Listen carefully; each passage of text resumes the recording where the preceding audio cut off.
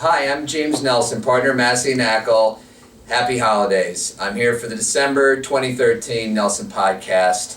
I'm sorry for all you dedicated Nelson Report followers that were here several weeks into the month, but I wanted to make sure that the year-end numbers were in so we could give you the freshest outlook as possible. So 2013 is going to end up being a year that was well above expectations. After the mass sell-off last year, where we had a record number of sales in Manhattan, we thought that was going to take a lot of wind out of the sails for this year's sales activity.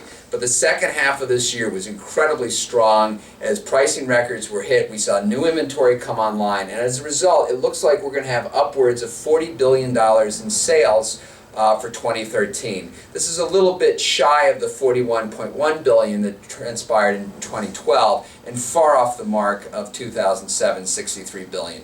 But nonetheless, we're very happy with the numbers that came in. Again, some of the reasoning we think for the uptick in pricing, again, it goes back, I talk a lot about this, but the lack of inventory. So back in 2007, our company had 750 exclusive listings. That went down to 550. We started off this year with only 425 listings. It was not enough inventory to satisfy the demand from the investors who come from around the world.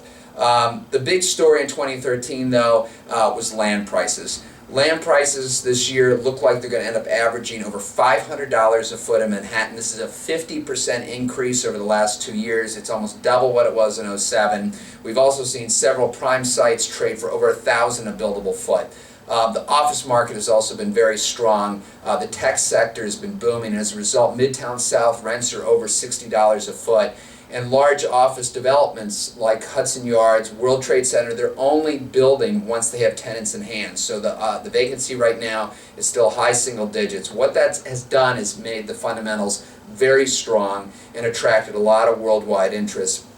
It was actually this year $4 billion sales, and there might still be one or two more reported if they can squeeze it in by year end. This is the first time we've had a $1 billion sale since the Google sale of $1.8 billion in 2010. So we're encouraged about that.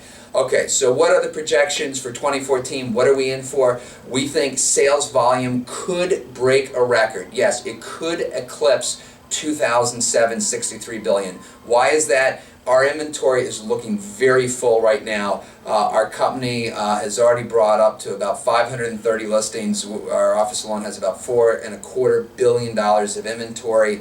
This inventory is going to be met with open arms. We're going to see also, my second prediction is a big increase in foreign buyers. In 2013, they accounted for $10.5 billion in transactions.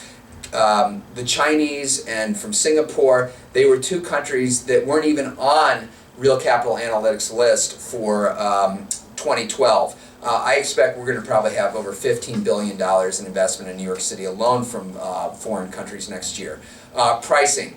Land, as hot as it is, I think it's going to keep going up. I think you're going to see that average in Manhattan hit $750 a buildable. What you have to remember is there's only 3% left of Manhattan that's unimproved land. The stock of residential condos is still well below historical averages. There's only about 5,000 apartments right now in the market. That's a drop in the bucket. Outer boroughs. Brooklyn is white hot. I hear the word Bushwick 28 times a day.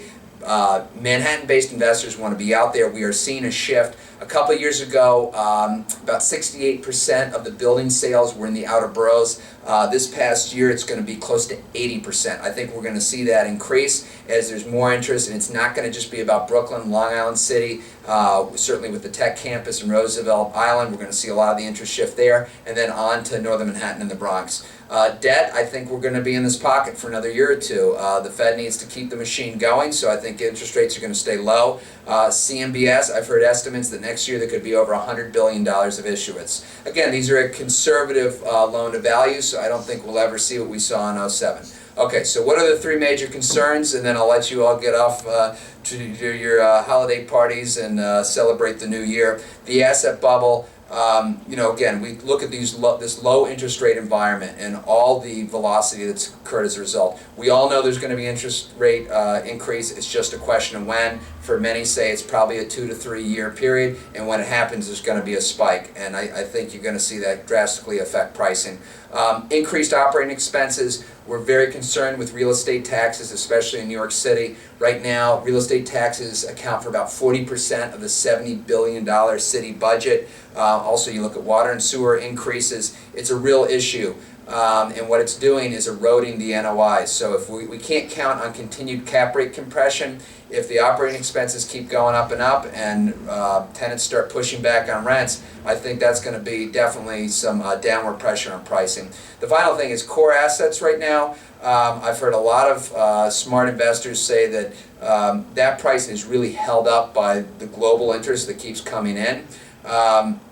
But that could quickly change, and I think so for the savvy investors out there right now, value add, trying to find the opportunities where you can go in and buy below replacement cost is where you want to be. So that's it for this year for the Nelson Report. We look forward to working with you in the new year. Thank you to all of you for your business and your support, and we look forward to being in touch. Thank you very much.